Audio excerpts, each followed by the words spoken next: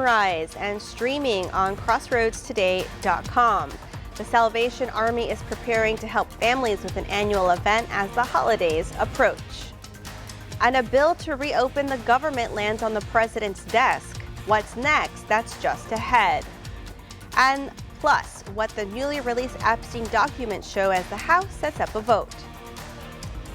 And we're getting real close to the weekend time, but y'all can take a guess what the forecast looks like. Yep, we're still warm with highs getting to the mid and upper 80s before rain is back next week. All that weather coming up. At Victoria East, Kason Coley and Ryan Steele commit to play baseball at the next level. We'll hear from the TCU commit Kason Coley later on in sports. You're watching 25 News Now Sunrise. Good morning, Crossroads, and welcome to our Thursday morning. Thursday morning, almost weekend time.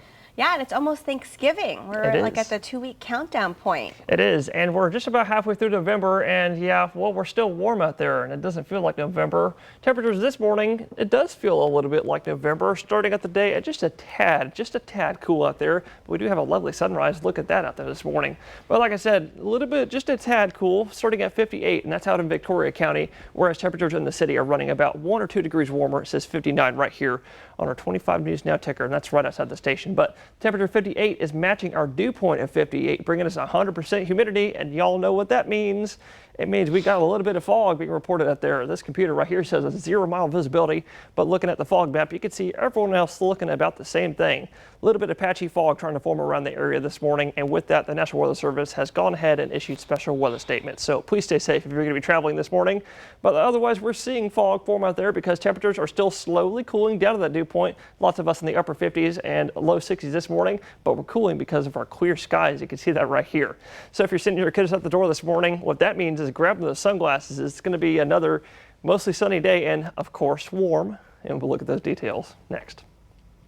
The water's back on in Seadrift, but city officials say you should still boil it before using it. A water main break Wednesday left residents without water for a few hours while crews worked to make repairs. The system is up and running again, but the boil water notice remains in effect until further testing by the TCEQ confirms it's safe to drink. With Thanksgiving right around the corner, the Salvation Army is once again giving back to the community through its annual Fall Harvest of Sharing event. On Tuesday, November 25th, from 10 a.m. to noon, the Salvation Army will hand out 30-pound food boxes to the first 100 people in line. Each box includes everything needed for a full chicken meal, with potatoes, apples, and other pantry staples like rice, beans, and peanut butter. Families will also find breakfast items and some snacks for the children. Luckily, we are blessed and we have great donors, and so we're able to survive. But we can't thrive unless we have the local donors. For that reason, I wanted to make sure we did at least one good food distribution this year, and it'll be a really nice box for those heading into Thanksgiving. Captain Kenny says they host this event every year, but this year has been more challenging as food prices rise. The Salvation Army is accepting donations ahead of the event. The food distribution will take place at 1302 North Lewis Street in Victoria.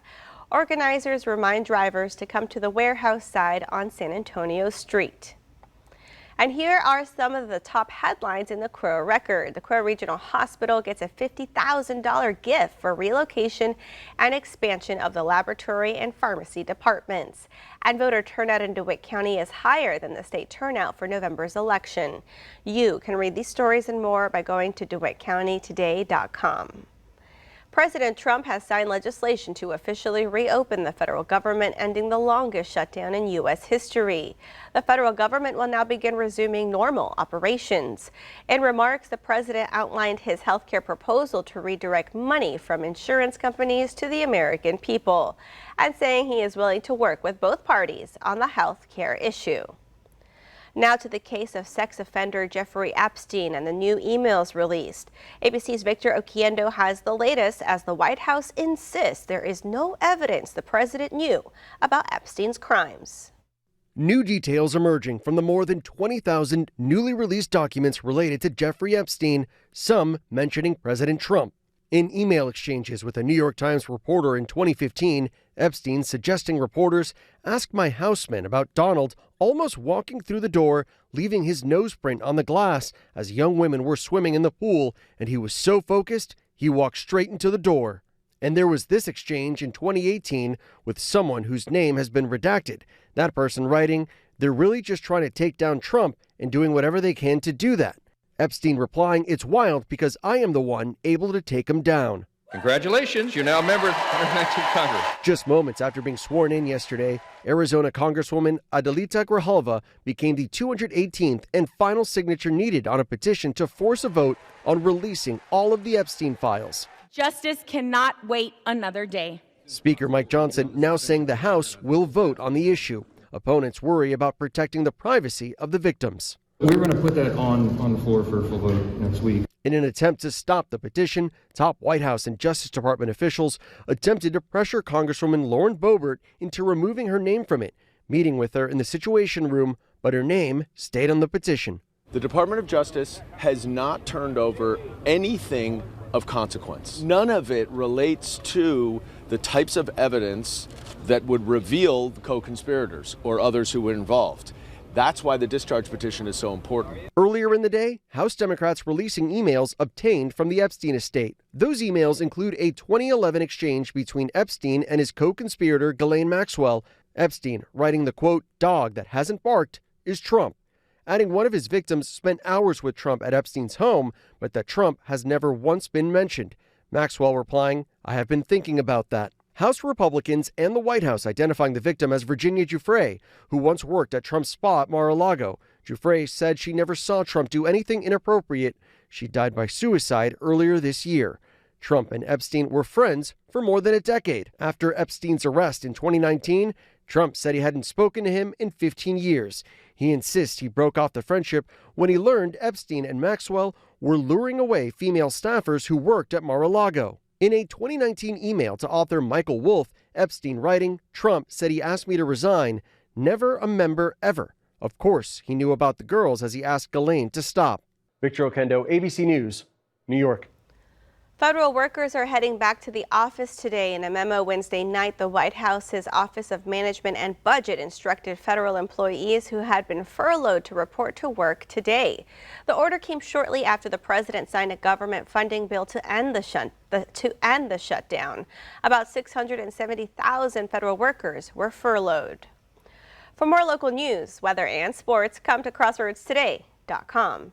It's now 6:38 on our Thursday morning. Here's a look at what's coming up next on 25 News Now Sunrise.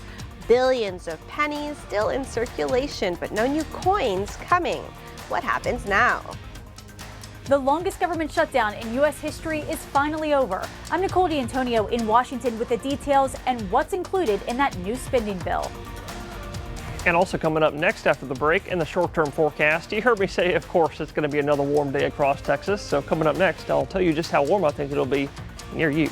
Smoke alarms save lives. But what if your child doesn't hear them? When seconds matter most, one question could change everything. Smoke detectors are very, very important to have. They will save your life if they're maintained right, if they're installed correctly, and if, the batteries have been changed out like they're supposed to. They do save lives. Join Trenton Whiting for Awake When It Matters, a 25 News Now Extra, Thursday night at 10.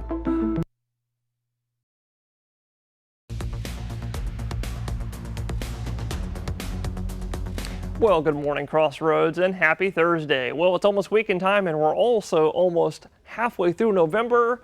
And guess what? It's not going to feel like November. I'm sure you already knew that if you saw the forecast earlier this week. We're looking warm out there. And all that is going to be thanks to high pressure returning over our heads, which we'll look at later. And that's going to bring us nothing but multiple days on end of mostly sunny skies. And you can see that right here on your future tracker for today, Thursday. We're looking mostly sunny pretty much the entire day today up until the late afternoon time. And what I mean by that is it'll be sunny, but there will be a couple intervals of cloud cover passing over. So mostly sunny. Definitely grab those sunglasses if you're headed out the door for today, because you're going to see right here, here's 3 p.m. Somewhere around 3 or 4 p.m. we'll pretty much clear up most of our cloud cover and look pretty clear for the evening time, and also for most of overnight tonight as well. Here's midnight, and all the way through tomorrow, Friday, we'll still be mostly clear and mostly sunny, with the exception of a few clouds forming in the morning time, and the rest of tomorrow afternoon still mostly sunny, and also with the exception of a little bit of fog once again forming in the morning. So please stay safe if you're going to be traveling then tomorrow morning and this morning with the fog out there now. But with the sun coming up today, it'll burn off a fog, heating us up to 85 in Victoria. That's 10 degrees above where we're supposed to be. Lows getting down to 60. That's 8 degrees above. And everyone else looking about the same. Mid 80s for highs, upper 80s possible in our western counties. And overnight tonight, the clear skies will let lows drop down to about 60. And if that's not warm enough for you, like I said, for the rest of this week and into next week, we're still warming up before rain chances get here. And we'll look at that next. Yesterday, 2 Victoria East baseball stars and Ryan Steele and Kason Coley signed to Temple Junior College for Steele and then TCU for Coley. And both these guys have played baseball together since they were very little and finally making those dreams into reality. And yesterday, I had a chance to talk with Kason about what made him choose TCU all the way back from his freshman year and why focusing on baseball is the best decision for him. As I stepped on campus and got to meet all the coaches and be around the program, it kind of showed how their goals and values align with mine. And ever since then, it's kind of been a sign for me to go there, of course, and we've kind of never gone back. So, yeah, football and travel a little bit with my summer team as opposed to playing football. So it kind of gave me that time to focus more on the sport I'm going to pursue and also get my body in shape for that sport as well. Now, yesterday, I also had a chance to talk with Steele as well, and just like Kason, he's very proud of putting that pen to paper, and he can't wait to see what he does there at Temple Junior College. And again, we'll miss playing with Kason, though, at the next level. This is Max Williams, 25, News Now Sports. This morning, the longest government shutdown in U.S. history is finally over. ABC's Nicole D'Antonio is in Washington with what's next after Trump signs the bill. After nearly 6 weeks, the government shutdown has finally come to an end. The motion is adopted. House lawmakers returning to Capitol Hill for the first time in 54 days, narrowly passing a funding bill to fund the government and send the bill to President Trump's desk for his signature. So I just want to tell the American people, you should not forget this. When we come up to midterms and other things, don't forget what they've done to our country. Donald Trump and Republicans made the decision to shut the government down, the longest shutdown in American history. Would rather do that than provide health care that's affordable to working class Americans. A majority of Democrats voting against the bill, raising the alarm that the bill does not include Democrats' key demand to extend Obamacare subsidies and keep insurance premiums from skyrocketing for millions. This morning, a new AP NORC poll shows 65% of Americans disapprove of the president's handling of health care, while 62% of people disapprove of the way Trump is handling his job as president overall. As the government reopens, experts warn it will take time to return to normal, including funding for SNAP, the federal food assistance program that feeds some 42 million Americans. And the U.S. Transportation Secretary says it will take days before air traffic will return to normal at the nation's airports. Hundreds of thousands of federal workers will also get back pay, but federal contractors like Willie Joe Price won't be one of them. It's hard. In the process during this shutdown, my car broke down. And it's just been things going on and on and on, and I don't have the finances to do it. Right now, everything is like in the red. This bill only lasts until the end of January. If Congress doesn't pass its standard funding bills by then, we could be in for another shutdown. Nicole D'Antonio, ABC News, Washington. The U.S. Mint is now penniless after the last 1-cent coin was struck Wednesday. Earlier this year, the president ordered production of pennies to be stopped because of climbing costs to make the coins. The historic final pennies were punched out by the coin press at the U.S. Mint in Philadelphia. Treasury officials say the coin will continue to be legal tender and billions of pennies remain in circulation. And here are some of the top headlines in the Port Lavaca Wave. With the upcoming holiday season, the Calhoun County Community Ministries Food Pantry is getting ready to help its community members with free turkeys and partnerships. And a grand opening for Claret Crossing celebrates a new subdivision located within Port Lavaca. To read these stories and more, go to portlavacawave.com. And if you see news happening, let us know. Call the number on your screen or contact our newsroom or email us your tips at staff@crossroadstoday.com. It's now 6:46 on our Thursday morning. Still to come on Sunrise, we learn about how we can get screened for diabetes free of charge. That's coming up. All right, time to celebrate some birthdays. Happy birthday to Miraya. Happy 23rd birthday to Miraya. May God bless you with many more. Love from Claudia and the family. Happy birthday, Mariah. And also happy birthday to DJ. Happy birthday, DJ. Have a great day today. Grandma loves you. Happy birthday to John. Happy 12th birthday, John. Love from Momo and Popo and the whole family. Happy birthday, John. And also happy birthday to Whoopi Goldberg, the Oscar winner and host of The View on ABC, is turning 70. Happy birthday, Whoopi. And to see your birthday wish live on 25 News Now Sunrise, you can come to crossroadstoday.com. Just click the drop-down menu, then click the Home tab, and then you'll see Submit Your Birthday Photo. All right, it's now 6:47 on our Thursday morning. I'm going to wish Gregory and Lydia a happy birthday. And Happy birthday, y'all. a happy birthday to you if you're celebrating one today. That's right, happy birthday. Stay with us. We'll be right back.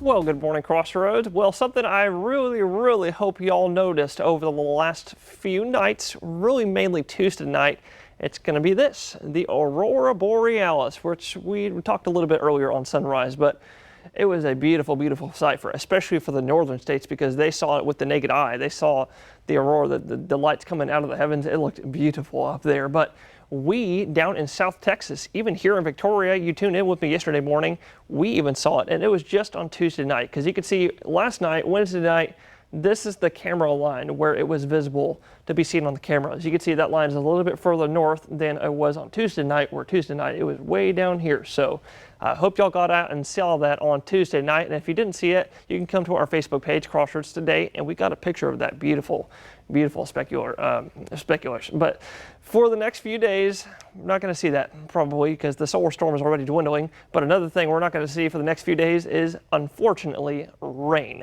Really bad to say that, because we are still under a level 4 out of 5 extreme drought in our northern counties, and some others are still in a level 2 and 3 out of 5 severe and moderate drought. And some of us are still under burn bans, and some of us have been under burn bans. We're talking about like the northern counties have been under burn bans since July.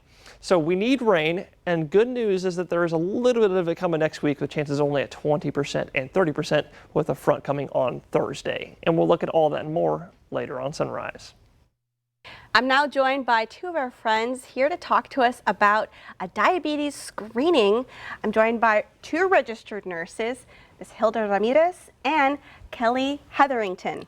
Hetherington, yes. Almost said Featherington.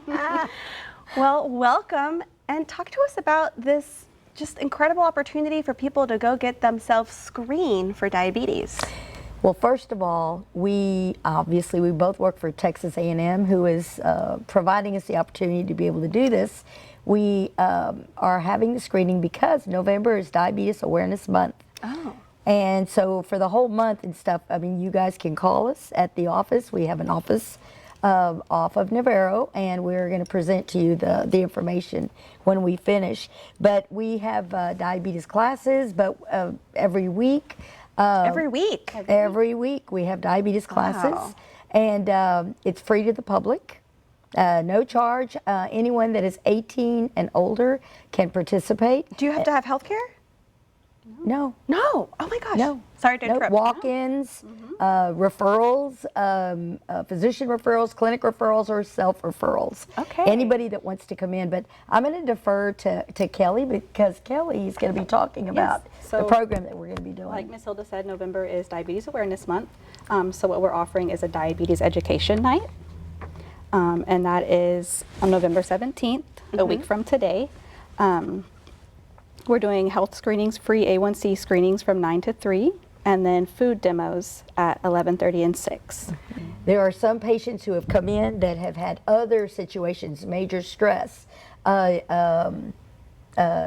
illness, or whatever that's causing stress to the body. stressful job, stressful home environment, et cetera, et cetera. Yeah. That can actually, those are some of the triggers, but it doesn't even have to be like that. Not just sugar. It's not. And sugar isn't what causes it. It's going to aggravate the problem just because you eat a lot of sweets. Well, I hope that I get to learn more about this. I'm going to put this on my calendar. November 17th, it's a Monday, and try to learn more about diabetes and staying healthy and living a healthy life. Absolutely. Thank y'all so much for everything y'all do, and I hope to see y'all on the show again. Thank you so much. Appreciate it. All right, well, coming up, don't go anywhere. News to know before you go.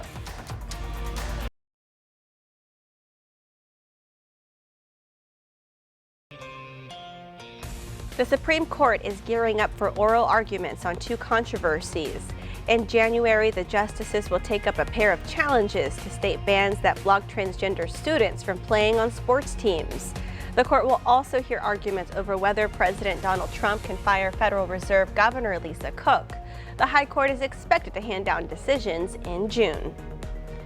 The latest Blue Origin New Glenn rocket launch from Cape Canaveral, Florida was scrubbed again Wednesday. This time it was because of concerns about the effects of solar storms. The Blue Origin mission will deliver 2 NASA satellites to Mars.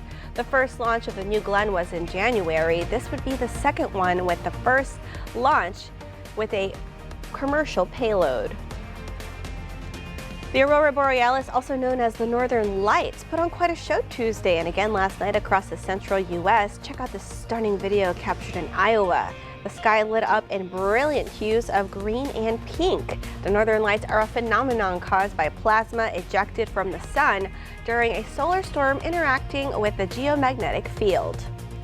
And Let's Grow Texas Ag airs its 18th episode on Monday. And on Sunday, November 30th, on KBCT, it'll air at 9:35 p.m. on Monday and at 5:30 in the evening on Sunday, November 30th.